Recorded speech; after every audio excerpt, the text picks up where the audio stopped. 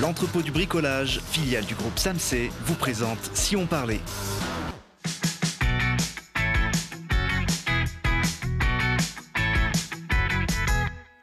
Parce que c'est important de regarder aussi ce qui se passe près de chez nous. Télé Grenoble vous donne la parole tous les jours, du lundi au vendredi à 18h15, 20h15 et 23h15.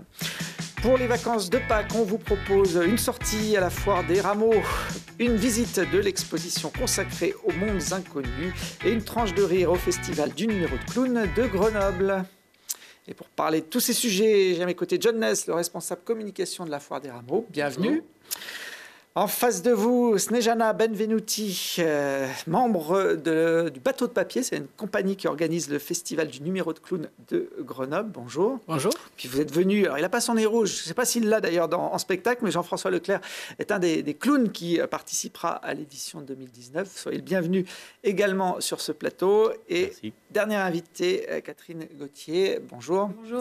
Vous êtes la directrice du Muséum de Grenoble, le muséum qui propose depuis le mois d'octobre une exposition intitulée Les mondes inconnus. Alors c'est vrai qu'on a envie de savoir ce que sont ces mondes inconnus qui figurent dans le titre. C'est un petit peu mystérieux quand on intitule une expo comme ça, c'est pour attirer aussi le public.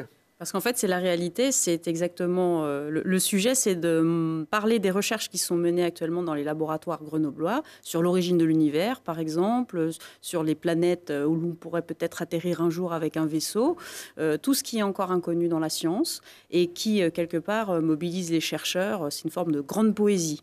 Bon, il y en a beaucoup, les mondes inconnus dans l'espace. Je crois qu'il y a 100 à 200 milliards d'étoiles rien que dans notre galaxie, qui sont évidemment pour l'instant inexplorées. Alors c'est une sorte de mission spatiale que vous proposez aux visiteurs à bord d'un vaisseau.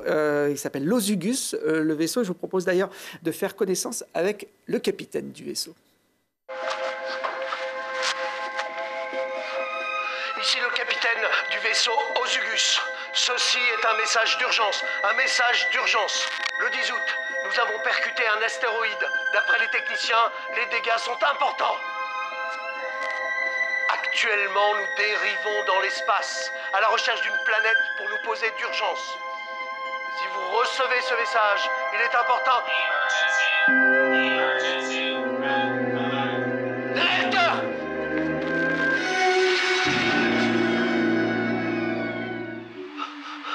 L'Ozugus est gravement endommagé. Je ne sais pas où nous sommes, mais il y a de drôles de créatures par ici.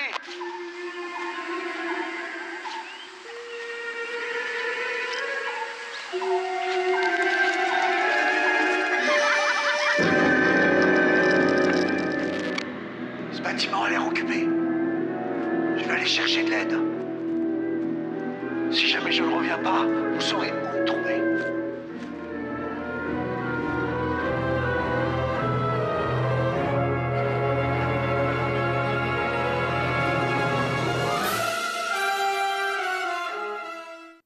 Bon, alors j'y croirais, une bande-annonce version cinéma pour présenter cette expo. Les habitués du Jardin des Plantes de Grenoble ont reconnu Eulalie, l'éléphant qui surveille l'entrée du muséum. Ça traduit aussi cette bande-annonce, la volonté de faire une exposition, on va dire, avec son temps assez moderne, assez ludique. Oui, tout à fait. Donc, ça sans jeter un redire qu'il y a une partie pour les plus petits qui se trouve à la casemate. Donc, pendant les vacances, on peut, avec les tout petits, les moins de 6-7 ans, voir une partie sur comment on vit dans un vaisseau spatial. Et au muséum, au Jardin des Plantes, on a la deuxième partie de l'exposition, où on peut visiter en autonome, en famille, sans problème, où on découvre à travers un vaisseau spatial l'Ozugus, puisque les laboratoires qui nous ont aidés, ce sont les laboratoires de l'OSUG, l'Observatoire des sciences de l'univers et de l'environnement de Grenoble. Donc les chercheurs de l'OSUG, qu'on retrouve dans l'exposition, nous aident à franchir différentes aventures. Et un troisième lieu, je tiens quand même à le redire, c'est au sein même du campus universitaire, à quelques stations de tram, il y a un espace muséographique qui est ouvert toute la semaine, gratuitement, qui présente aussi ces découvertes. On peut par exemple sauter pour faire des séismes. Donc on a 3 espaces à voir. On peut passer une jolie journée à Grenoble autour des mondes inconnus. C'est une exposition, on va dire, presque itinérante. Il faut les faire dans un ordre particulier, ces 3 lieux. On a vu la casemate, là on voit des images du laboratoire scientifique et le muséum. Il y a un ordre de préférence? Non, mais c'est vrai que si on a des tout petits, c'est bien de commencer par la casemate parce que c'est là qu'on découvre la pesanteur. On voit Thomas Pesquet, on découvre ce que c'est qu'un vaisseau spatial. Donc avant de sortir de la Terre avec l'Ozugus, ça peut être pas mal de commencer au centre de sciences. Il vaut mieux passer le permis de conduire avant de monter dans la navette. C'est une expo scientifique avec les scientifiques scientifiques eux-mêmes qui sont impliqués dedans, qui présentent parfois leur domaine de recherche. Oui, tout à fait. Donc on a par exemple des gens comme Xavier Delphos de l'IPAG, l'Institut de planétologie, qui explique, parce que lui, depuis qu'il est gamin, son rêve, c'est qu'un jour on trouve des traces de vie extraterrestre. Donc il étudie, il détecte les exoplanètes, les planètes qui sont un petit peu, qui pourraient être habitables comme la Terre, mais en dehors du système solaire. Et on va découvrir à travers des jeux beaucoup d'autres choses, comme par exemple la chimie de l'atmosphère, on pourrait dire de façon plus triviale, qu'est-ce qu'on respire à Grenoble, dans le bassin grenoblois. Mais aussi des chercheurs, moi, qui m'ont beaucoup impressionné, notamment des jeunes doctorants comme Mathieu Le Breton ou toutes les équipes de géologie d'ISTER, qui font, par exemple, qui transforment les méthodes de détection des avalanches ou des séismes. On en a beaucoup en Rhône-Alpes, tous ces éboulements, ça a quand même un coût, un impact économique, et qui ont travaillé pour développer des petites puces RFID avec l'entreprise Géolith, qu'on plante sur des petits piquets. Il y a quelques milliers d'euros. Maintenant, un maire de moyenne station de montagne va pouvoir installer comme ça et détecter sur des applications mobiles classiques, des mouvements de terrain, des micro-mouvements de terrain. Donc on a voulu aussi montrer dans l'exposition, dans l'Osugus, des experts et des collections, bien sûr, des météorites, des choses comme ça, qui se préoccupent aussi de la vie de la société d'aujourd'hui et qui ont un impact sur le développement de nouvelles technologies, de détection par exemple. C'est un défi de vulgariser la science pour, on va dire, le grand public sans pour autant dénaturer les propos. C'est une exposition où on a aussi le droit de toucher. Vous parliez du jeune public, c'est même un devoir, presque. Oui, alors c'est une exposition, il y a des jeux. Oui, il ne faut pas que les gens soient effrayés. C'est bien sûr au muséum, on a toujours à cœur d'accueillir tous les publics. Donc on peut toucher. Il y a des jeux pour essayer de découvrir comment on va se déplacer dans l'univers, parce que entre la téléportation ou d'autres théories de la physique, voilà, il y a une cabine de téléportation. D'ailleurs, on peut se téléporter. Il y a un volcan géant avec des bruits de séisme. Enfin, on a travaillé avec l'atelier Frumi en scénographie qui a su mettre, je dirais, de l'émotion. Le traitement du signal du satellite, par exemple, c'est des jeux de miroirs. Enfin, c'est assez joli. Et même si on est tout petit et qu'on se promène à quatre pattes, on va rentrer dans un volcan, on va sortir d'un vaisseau spatial, donc c'est assez sympa. La téléportation, ça peut être effectivement un développement pour l'avenir. Il y a beaucoup, d'ailleurs, de laboratoires grenoblois qui travaillent sur cet univers des sciences de la Terre et de l'univers, qui sont mis en lumière grâce à cette exposition. Alors, elle est à voir jusqu'au 28 juillet, mais là, on est au cœur des vacances de Pâques. Est-ce qu'il y a un ou deux temps forts particuliers pendant ces temps de vacances? Bien sûr, pendant les vacances, donc, nous avons plusieurs ateliers. Et le 17 avril, par exemple, nous aurons des créations cosmiques où, en famille, on va pouvoir créer des pop-up, différents éléments, un peu de science-fiction autour des fusées, des planètes, ce qui inspirera les gens. On aura aussi une très belle conférence au New Space sur les aurores boréales à 18h30 le 28 avril. Donc ça, c'est dans le cadre du mois du Canada. Donc je la conseille aussi vivement. Et d'ailleurs, si les gens s'intéressent à ces sujets, il y a aussi des séances de Planétaire qui sont programmées avec différents scientifiques comme Jean Lillenstein. Donc les gens peuvent trouver sur lesmondesinconnus.fr toutes les informations ou sur Écosciences Grenoble. Et là, on trouve, avec la Planétaire, on voit par exemple comment se fabriquent les aurores boréales. Donc c'est assez magnifique, on est dans une chambre noire. Voilà. Donc lesmondesinconnus.fr permet d'avoir tous les éléments d'information sur tous les événements autour de l'exposition. Bon, puis on rappelle, puisque vous êtes directrice du muséum, que les autres salles plus habituelles, notamment ces animaux de nos montagnes qu'on retrouve empaillés, qu'on ne peut pas toucher par contre chez vous, mais ils restent accessibles tout au long de l'année, ces salles de visite. On le peut dans le cadre d'ateliers. On a des animaux, en fait, c'est tout simplement parce qu'il y a aussi des produits traitants pour ces peaux, pour qu'on les conserve sur plusieurs siècles. Donc, en fait, on ne peut pas les toucher parce qu'ils sont fragiles, mais aussi ils contiennent des produits chimiques. Par contre, dans les ateliers pédagogiques, on a des animaux à toucher. Donc, il y a aussi des séances régulièrement que les gens, il suffit de s'inscrire sur museum-grenoble.fr. Ils sont empaillés sur place. Vous avez un atelier? Alors, on a eu pendant longtemps un naturaliste, un taxidermiste, de niveau international. Aujourd'hui, on travaille avec des taxidermistes privés. On a plusieurs collègues parce que, par exemple, sur les poissons ou les serpents, il faut des compétences particulières. Mais effectivement, donc, ils ne sont plus empaillés, c'est juste ce que je voulais dire. C'est une espèce de sculpture en plâtre et par-dessus, on met une peau tannée, un peu comme le cuir de nos chaussures ou de nos manteaux. Voilà. Eh bien, très bien, je pense que ça fait plusieurs raisons d'aller au muséum pendant ces vacances. On va se tourner maintenant vers un monde bien connu, celui-là des Grenoblois, avec la foire des Rameaux qui se déroule jusqu'au 5 mai sur l'esplanade de Grenoble. Bien connu parce que c'est la 85e édition, je crois, John. Exactement. Bon, ça fait partie des institutions de notre vie et des coutumes de la vie de l'agglomération. Vous en avez fait combien, vous, John? Moi, à peu près, je suis à ma 25e. Ah oui, déjà, quand même. Oui, ça commence. Ouais, ça commence à faire un beau palmarès. Alors, suivant les années, la foire débute soit en mars, soit en avril. Oui, suivant le calendrier. pour correspondre à la période des rameaux. Cette année, j'imagine que ça tombe bien pour vous. Vous couvrez toutes les vacances de Pâques et puis le premier pont du mois de mai, c'est le meilleur calendrier possible. Ce sont des dates idéales. Pour cette année, je pense qu'on va profiter aussi d'un ensoleillement favorable, enfin on espère. En plus, il faut effectivement que la météo soit là pour que la foire soit réussie. Alors c'est l'une des plus importantes foires de France, avec près d'une centaine de manèges. Ça ne se monte pas d'un claquement de doigts, hein. Une foire comme ça, il y a toute une phase de montage avant l'ouverture du public. On voit là quelques jours avant, notamment des gros manèges, hein, qui peuvent prendre plusieurs jours à être installés. Oui, une grande logistique et puis une grande préparation au niveau des services communaux et l'ensemble des forains. Combien de personnes gravitent autour d'un événement comme ça? On peut estimer à peu près à 500 personnes pour le montage. Alors, c'est un moment clé où on assure également la sécurité des manèges, j'imagine. Oui, c'est le moment en plus de faire toutes les vérifications et notamment les contrôles de sécurité qui sont effectués par les organismes agréés.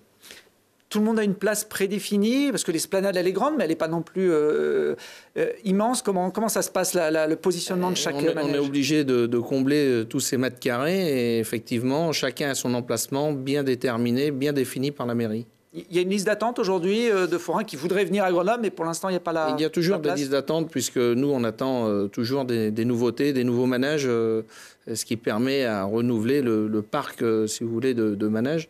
Et c'est toujours intéressant d'avoir des nouveautés sur la foire.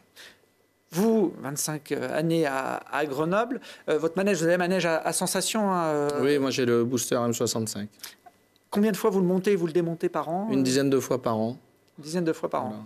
Voilà. Et la plupart des forains qui sont installés donc, sur l'esplanade, on peut considérer un manège, ça se monte entre 10 et 20 fois suivant le calendrier. C'est le moment le moins agréable du métier, monter, démonter? Non, pas forcément. Ça reste un moment très agréable parce que c'est le moment où on change de ville. Oui, donc, et puis c'est calme. C'est plus calme que le moment de la foire en elle-même. Voilà. Alors vous parliez des nouveautés. John, l'une des nouveautés de l'édition 2019, alors c'est un retour, celui de la Grande Roue. Hein. Oui, bah c'est un grand retour puisqu'on est très heureux d'accueillir une Grande Roue. C'est très emblématique pour nous. Et donc, après presque 10 ans d'absence, voilà, nous sommes heureux d'accueillir de nouveau un grand manège de cette envergure. On ne peut pas le rater en arrivant sur Grenoble depuis l'autoroute de Vorep. La Grande Roue, c'est un manège qui date du 19e siècle et qui est toujours à la mode. Beaucoup de manèges, d'ailleurs, traversent comme ça les époques et les générations. C'est ce qu'on appelle les manèges traditionnels. C'est le manège traditionnel par excellence. La Grande Roue, les carrousels. Donc, ce sont les incontournables de la fête foraine. Bon, pour qu'une fête fonctionne, j'imagine qu'il en faut un petit peu pour tous les goûts. Il y a manque d'affluence ces dernières années ou ça reste des événements attendus Non, je pense que ça reste des événements très attendus par la jeunesse, par l'ensemble des familles, bien sûr, mais la jeunesse est très attentive aux nouveautés que nous apportons. Combien de personnes viennent en moyenne chaque jour sur la foire des Rameaux? On estime sur le calendrier de la foire de Rameaux à peu près 250 000 personnes. Ah oui, sur l'ensemble des 3 semaines. Bon, ça fait effectivement beaucoup de monde. Il y a quelques temps forts pendant ces 3 semaines de Oui, bien foire. sûr. Ben, nous avons, pour les premiers jours d'ouverture, nous avons fait donc, un feu d'artifice. Et puis après, nous avons des journées à tarif réduit. 3 fois donc, pendant la durée de la foire, tous les mercredis, spectacle de cirque gratuit. Et puis plein d'autres animations. Il y aura une chasse aux œufs, notamment, je crois, le dimanche 21 avril. Exactement. Ça, c'est une nouveauté. Oui, et puis c'est une ouverture le matin. Donc, nous sommes très heureux d'accueillir donc, le public à partir de 11h. C'est une nouveauté. Et donc, c'est un test. Nous allons essayer de promouvoir cette journée-là, notamment en faisant donc, dès le matin une chasse aux œufs.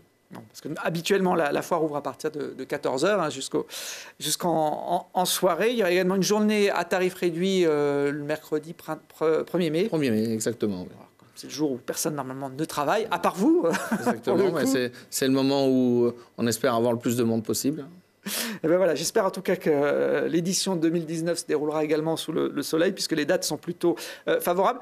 Pendant vos après-midi cirque, il y a des clowns qui interviennent ou Bien sûr, bien sûr. Et justement, tout l'intérêt d'avoir un spectacle de cirque, c'est de recevoir un clown qui va faire rire les enfants.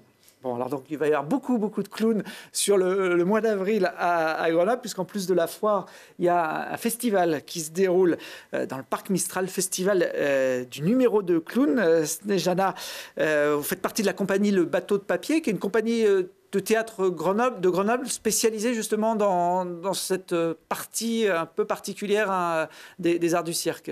Oui, tout à fait. En fait, notre compagnie elle existe depuis presque 20 ans déjà et nous avons des spectacles de clowns. Et on forme aussi des clowns dans le bassin grenoblois et plus large. Alors, ce festival, je crois que c'est la 5e édition. C'est quoi le principe ?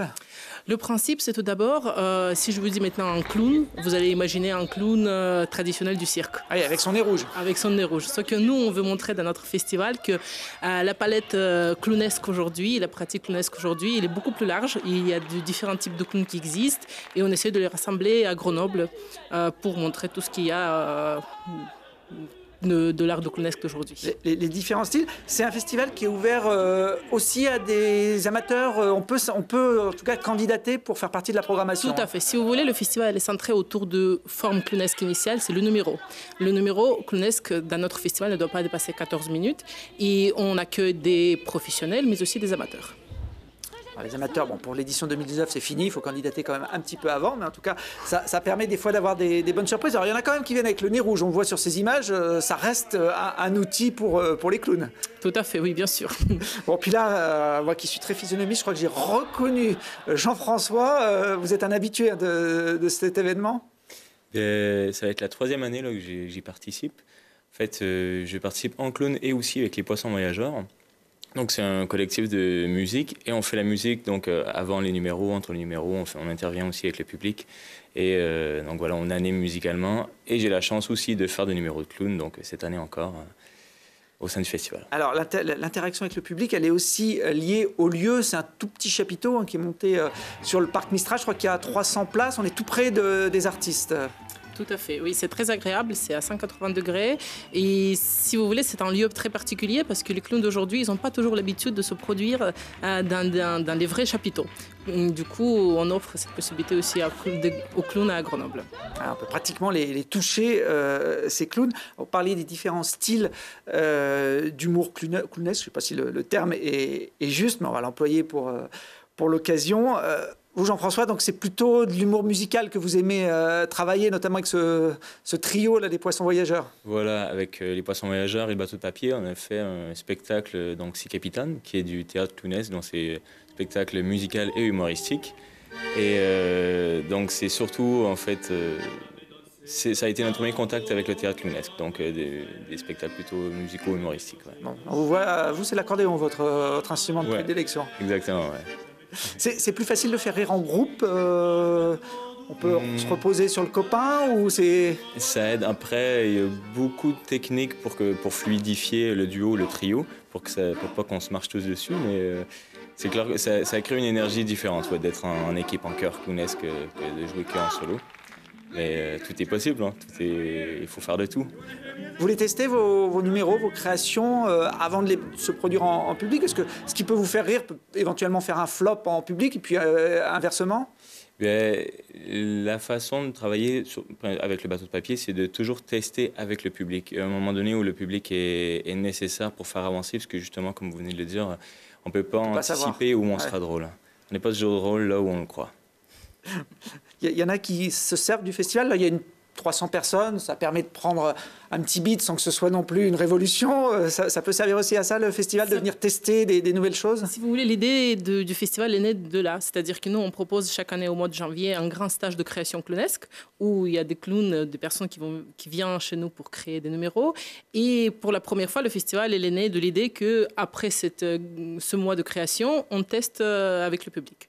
Voilà. Et après, on a vu que le public est là, il est présent.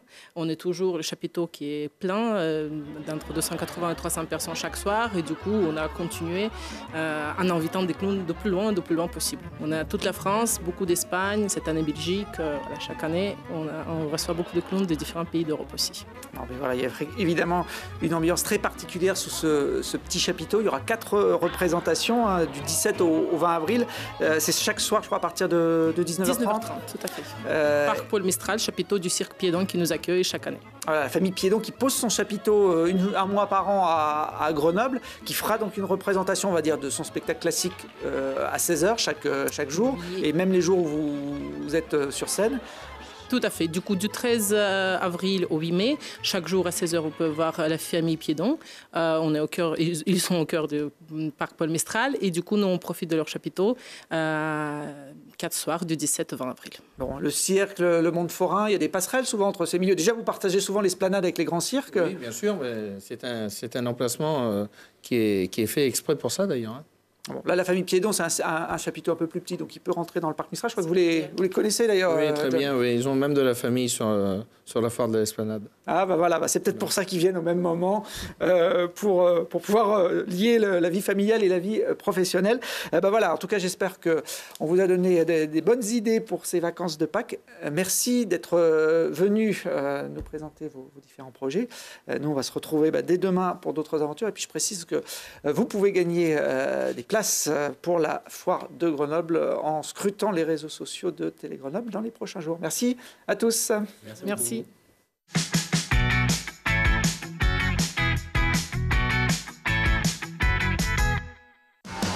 L'entrepôt du bricolage, filiale du groupe SAMC, vous a présenté Si on parlait.